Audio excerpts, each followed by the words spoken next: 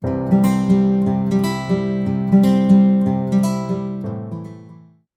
everybody, and welcome back to the Choose to Think Inspirational podcast.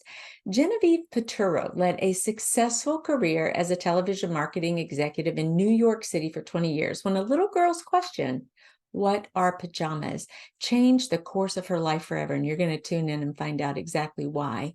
Because at that pivotal moment, Genevieve decided to jump off the corporate ladder and she began delivering pajamas and books to children in shelters. In 2001, she founded Pajama Program. And Genevieve published Purpose, Passion, and Pajamas in August of 2020 about her transformation from the corporate life to starting a nonprofit. An international speaker, consultant, and author, Genevieve Piturro has made it her mission to inspire men and women across the globe to listen to their heart and pursue their passions. Through her new venture, Genevieve Piturro LLC, Genevieve is available for speaking engagements and as a consultant to inspire others who are looking to change direction in their lives and, quote, find their PJs. I love that. You know, she's been interviewed on Today, Oprah, GMA, The Early Show, CNN, Fox and Friends, O Magazine, Forbes, and the Wall Street Journal. On behalf of Pajama Program, she rang the NASDAQ stock market opening bell in 2016. That sounds pretty cool. She has been the recipient of many local and national awards. A Yonkers, New York native, Genevieve received a BA from Fordham University, and she lives in Irvington, New York with her husband, Demo. She has now since parted with the Pajamas program, but she remains connected with that organization and regularly shares the founding story of the Pajama program on all her speaking tours. Her two books, and I want you to pick those up. You can get them on Amazon, and I'm going to put the links in the show notes. So just click that link. The first one is Purpose, Passion, and Pajamas, How to Transform Your Life, Embrace the Human Connection, and Lead with Meaning, is a powerful and inspiring guide to help you overcome struggles and begin a journey into a transformative leadership role. Her second book about purpose, passion, and moxie is her personal account of how to overcome fear, doubt, and limited resources to make the leap and set up a nonprofit. Is that ringing a bell or enticing to anyone who's listening or watching this? Starting a nonprofit when your heart is nudging you to take action.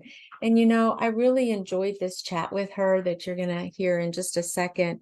She's very delightful. She's very humble and even speaks very transparently about some of the difficulties she experienced in launching this whole thing. And I love how she spoke frankly about some of the challenges that she had, especially when she was juggling, because she was so successful working in the corporate America, yet she was trying to do something philanthropic that was demanding so much of her time and energy. And it's the friction that was there is quite apparent. And I want you to stay tuned so you can hear how her story unravels and then support her mission. And if you have something going on in your heart right now and you feel like, wow, I want to take that next step with God leading and God at the helm, Genevieve is going to be a great resource for you. I want you to visit her website, see what she has to offer there. And you might want to connect with her later to kind of be that person who's speaking life into your life and who's speaking a yes, can do kind of attitude, those words, that mindset, transferring the fire, if you will, into your heart and mind so that you can think, wow, with God and with a lot of moxie or the courage that God can give you, yes, with those, I can step forward here. And of course, counsel is always good in all of that. And she's got lots to share. So thank you for tuning in. And without further ado, here is Genevieve Piturro. Welcome to the show, Genevieve. We're so happy to have you. I'm thrilled to be part of this conversation with you. Yay. And, you know, I think it's going to be so fun and upbeat. And as everyone already knows a little bit about your beginnings and your ministry and the books you've written, I just would love you to share with everyone, how did you kind of get here where you are right now in your life? And just kind of take us back, roll it back a little bit and tell us the whole story. We'd love to hear. Sure, sure. Well, I'm the first of four in a very Italian family. My father off the boat. And I know that, he didn't always say it, but he and my mom both expected me to get married and have children. And I had it in my head because I've learned my heart had a different path. So at the time, I had it in my head to be, a corporate executive. I wanted to be a woman in a man's world and do, what other women were doing and leading the way. So I followed that path. And I worked in New York City in the TV business behind the scenes in marketing for 12 years. And it was a workaholic, crazy life. I was single and I did enjoy it. It was exciting. I had a lot of fun experiences and things. But one day I heard a voice, now is when I say my heart speaking up, and it asked me quietly, if this is the next 30 years of your life, is this enough? Mm. And that's when I stopped and I said, oh my goodness, where has that voice been? What is that voice trying to tell me? And I thought, right away, I realized, what, mom and dad were talking about our family traditions and the values. And while I still hold them dear, I went a different way. And maybe there was something to my having my own family that I missed. So I thought, how can I bring children into my life in some way with this busy workaholic life I had? So I started reading in emergency shelters because I had seen, as we all see, sadly, some children are not cared for well. Right. And sometimes they're removed for those reasons. And I saw a particular case recently that broke my heart with a little boy.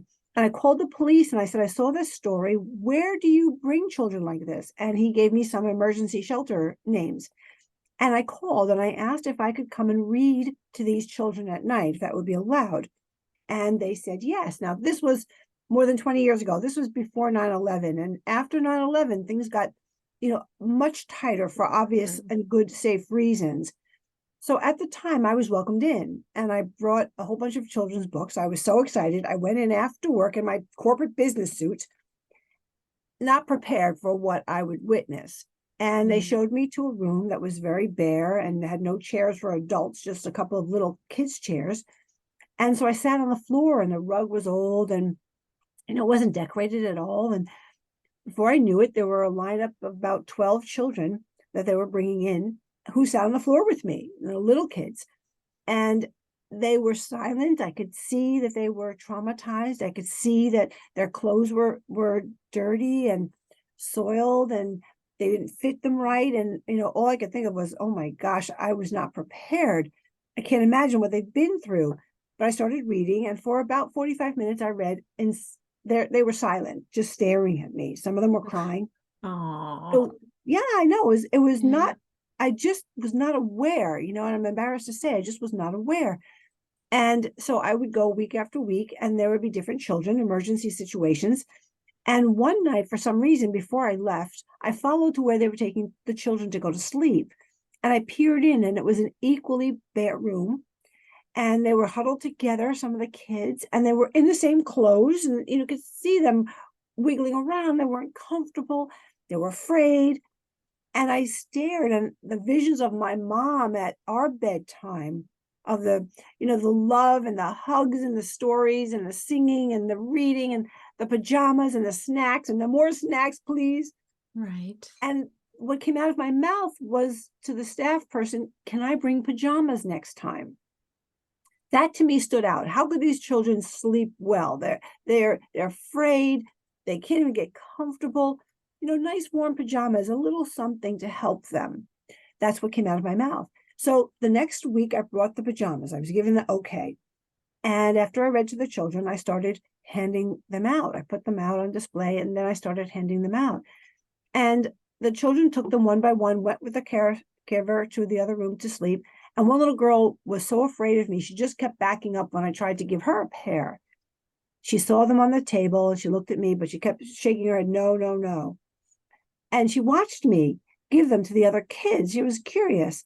And finally, when she was the only one without pajamas, I went back over to her and I knelt down in front of her and I said, honey, these are for you. And they're pink and you have pink in your shirt. and they'll fit you. Look, at they're your right size, and you can keep them. You never have to give them back. You can wear them whenever you want. Don't you want your pajamas? And she looked at me and she said, what are pajamas? What Wow. are these? And it broke my heart in a million pieces. And I had to explain to a little girl and keep it together what pajamas were. And the caregiver said, they don't know what pajamas are. They've probably never had them. And it just started this whole whirlwind in me of my heart pulling me, like I couldn't even stop it, pulling me to do more, go there. Meanwhile, I was trying to hold on to a job because I had a mortgage and I had bills, and my head was exploding. So that's how what I coined Pajama Program soon after started. And that was over 24 years ago. Wow. How long did it actually take you, Genevieve, to go from that moment when your head is swirling to, I mean, when did you quit your job in relation to all of that? Or did you kind of keep doing both things at the same time? Or at some point, did you realize, okay, something has to give here? All of that at the same time. So I did my job for as long as I could, because two things. I had bills to pay, and I was Right. running up a lot of expenses I of bet. books and pajamas. I was lying to all my bosses why I was leaving early, why I was coming in late, why I was taking long lunches, what that Right. suitcase was in the closet, which is full of Yeah. pajamas. And I was trying to juggle both. And at that time, you weren't free using a cell phone. So I was trying to hide all the calls from the shelters, who are now calling me, asking me, when are you coming? Do you have any extra pajamas? And I didn't tell anyone, because what do you tell people? I built this career and I'm going to throw it away because it doesn't matter in the scheme of things. And these kids matter. So I don't, oh, the mortgage, I have no idea. My bills, I don't know. I just want to spend all my time shopping and bringing them pajamas and books. So I didn't know what it was. And I felt embarrassed, to say the least. I just didn't know what it was.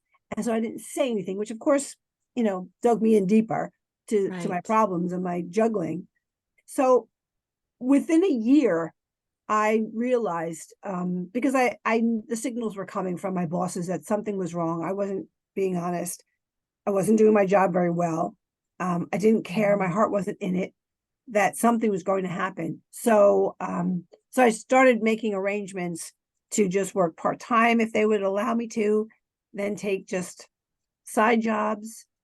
So it became my own worst enemy, juggling, and in my book I say, leave juggling to the clowns, That's because right. it is gut-wrenching to I do it bet the it way I did it. is. That's a Yeah. lesson I teach. Well, can you intersect your faith in all of this, Genevieve? Oh my goodness, I prayed every day, every night. I've written about all my quiet times. I know, and I tell my mother this to this day. She is 88 years old, and I thank her and God, because she taught me, she gave me that image of what bedtime should look like. And I always tell her, I'm just doing God's work. He gave this to me. It's not like I said, oh, I have an idea, God. It's not that at all. And and I always tell her that, because she understands totally about doing God's work. And I always tell her, this was given to me, and there's no way that I would ever not do it to my fullest, although I could have done it a little smarter. Right. Yeah. And I appreciate your transparency.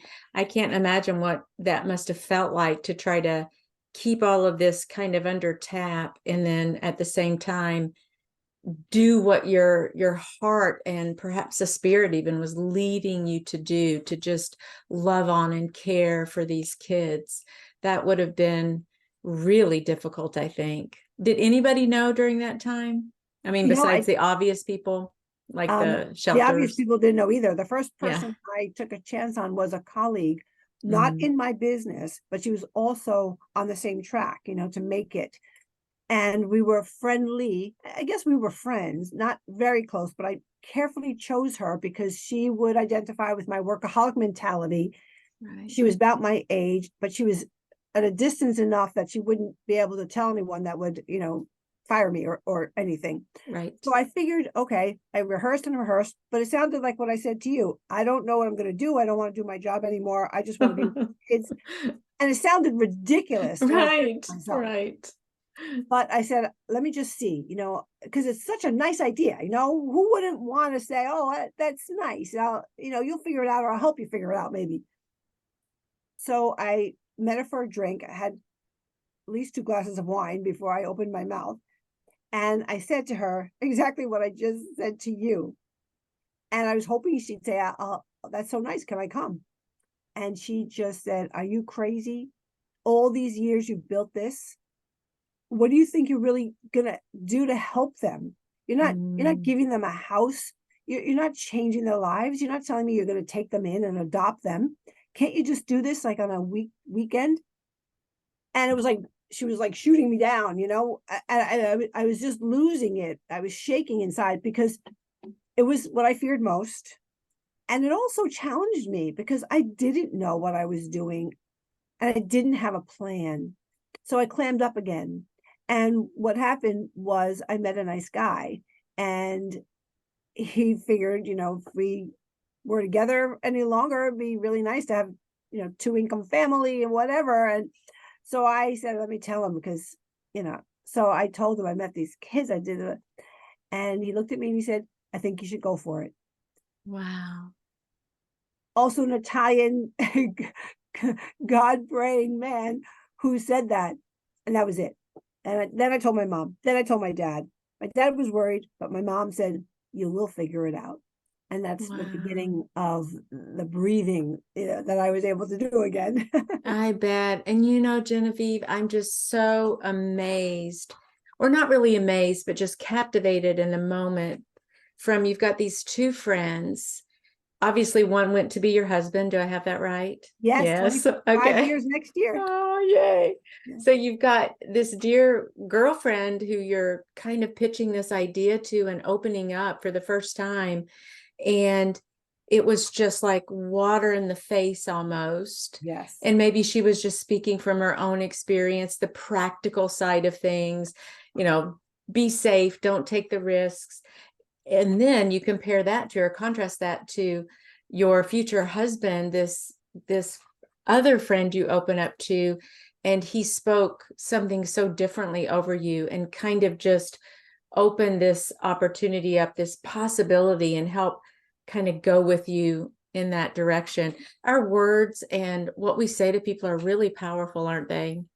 Unbelievable. Yeah, but we have to trust that, That's right. our purpose is in us and we're meant to do something to make a difference.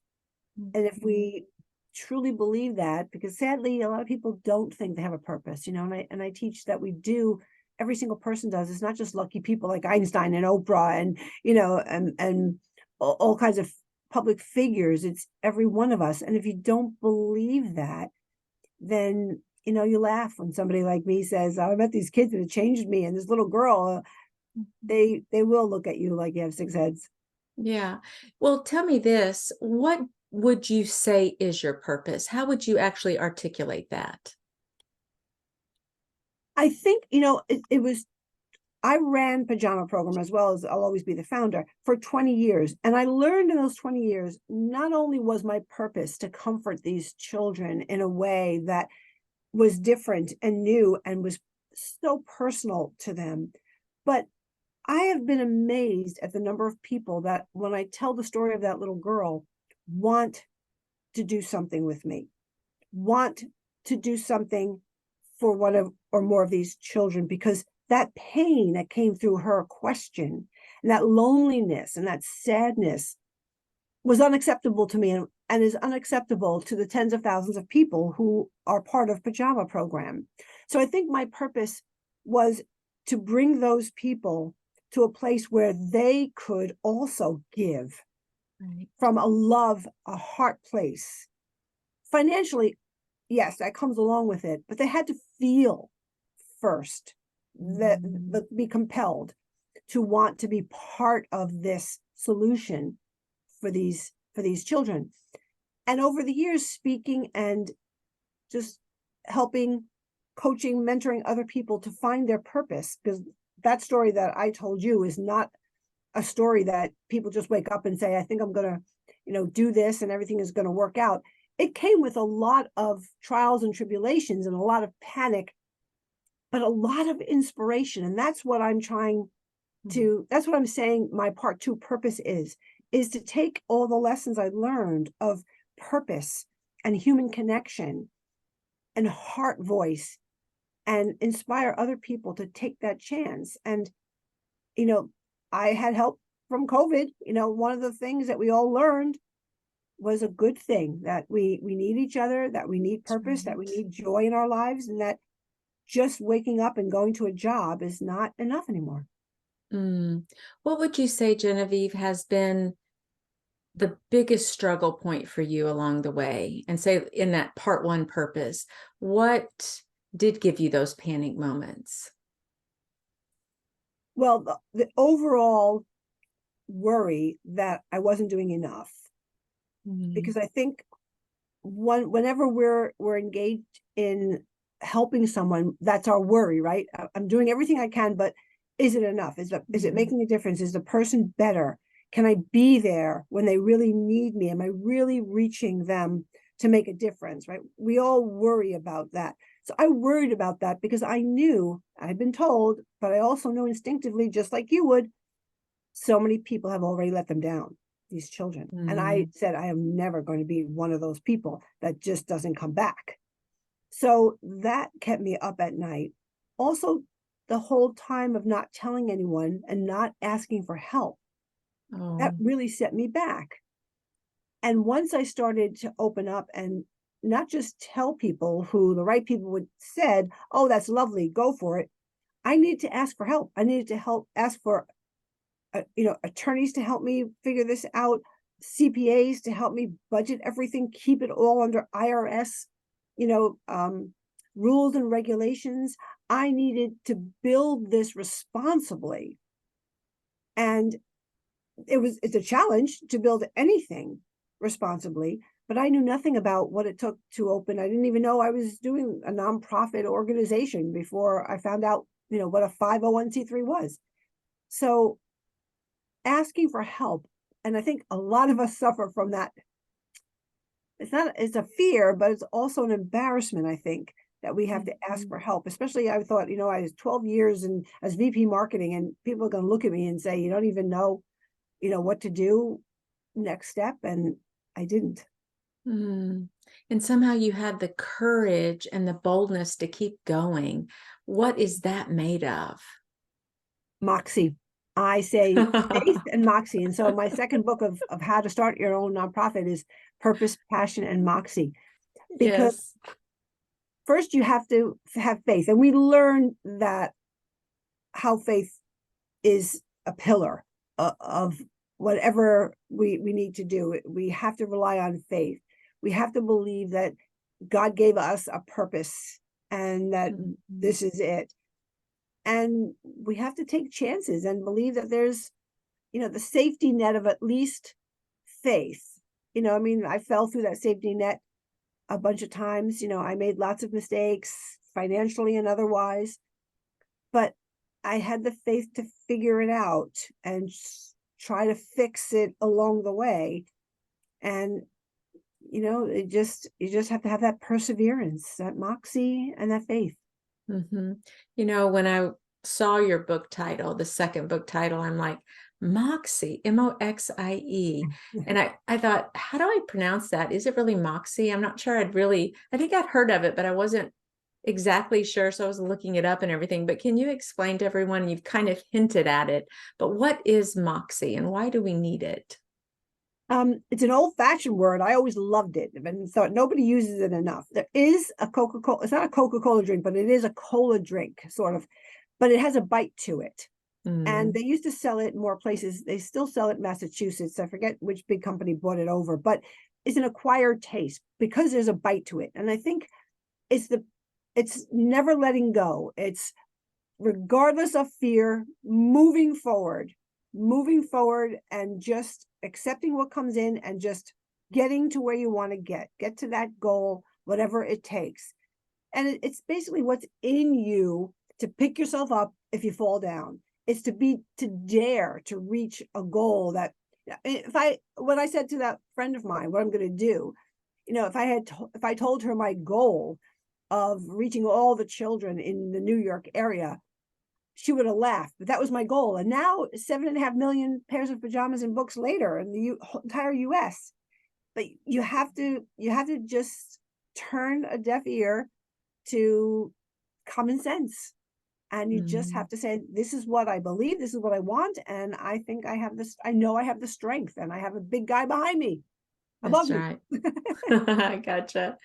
Well, you mentioned a moment ago, part one purpose and part two purpose. Can you kind of connect the dots there for us? Yeah, I think part one was to get this pajama program done, to start this movement so that others would continue it, to get it up to a point where it was established and people loved it. Because I saw the next part is to go and speak and teach about purpose for everyone. Everyone has a purpose, and contributing to the greater good, and inspiring people to really find what they love to do, and show them how the human connection will not fail them when they are brave enough to share what they want to do and share their love of something. And I stand there and I say, I never thought I'd be here. If you would have told me a year before that this corporate executive, who didn't even having her own family in her plans, was the founder of this national organization about giving children pajamas, I would have said you're crazy. So if you have an idea, you have to believe it's possible. If I can do it, anybody can do it. So I'm hoping my part two is to inspire other people to make a change, and I always say, people said for years, and before I started Pajama Program, I thought the same thing. Look at the power of one. Look at your idea. Look what you did. But you know what? It's not the power of one. I know it's the power of one another that moves mountains and moves people. I've seen it. And so I stand there and I can say that honestly. And I know that's the truth. Yeah, so inspiring, Genevieve. I just love it. And, as you were talking too, I kept thinking of the scripture verse that true religion is to take care of widows and orphans in their distress. And that's just a little snippet or a paraphrase in James, I think. But, that's what you're doing. And as I think about it, it's in a way hard to really get my mind around that, kind of like you just explained. Who would have ever thought that this little incident in my life, this question, this desire to reach out and help these children just locally at one spot, you started at one place, would have ever evolved to something on this kind of a scale. And what a great lesson for us, because I'm wondering, is there one listener, one viewer in the audience who would say, wow, God placed this idea in my heart, and I'm going to connect with Genevieve and see what I can do to get this ball rolling. Or if she can do it, I can do it. Or with God, nothing is impossible. So what a wonderful story. It's wonderful because it's your success, but it's also wonderful because it is helping. And everyone's heart breaks when we hear that question, what are pajamas? We can all relate to that. So it's wonderful on both accounts. And we really do applaud you. And I thank you so much. Tell everyone where they can reach you, how they can support the Pajama Program, and how they can get in touch with you. Sure. And I want to say one of my favorite lines is, for me, I had faith the size of a mustard seed when I started. And I always loved that, even before I knew Pajama Program was in my future. And it really just came back to me, one day while I was doing this, and I was afraid, and I remembered, just a little faith, just have a little faith to start. And boy, has it grown. So wow. That's something that everyone can think about. That's all you need. That's all you need to start. Teeny. Oh, yep. Yeah. So you can reach me at GenevievePiturro.com, reach out to me there. You can see my work there. And Pajama Program is pajamaprogram.org, O-R-G. And of course, on social media, I'm on everywhere. And go ahead and give the title of both your books again and Sure. where we can reach those. The first one is the journey, the ups and downs, and like you said, very honest, it's purpose, passion, and pajamas. And the second one is how to start a nonprofit, and it's called Purpose, Passion, and Moxie. Yeah, there's our Moxie. Yeah. Well, thank you so much, Genevieve, for coming on the show. And we'll be sure and put the links to your website as well as to the books in the show notes or the description. So thank you so much for your time here today. Thank you, Victoria. Thank you so much. Thank you, everyone.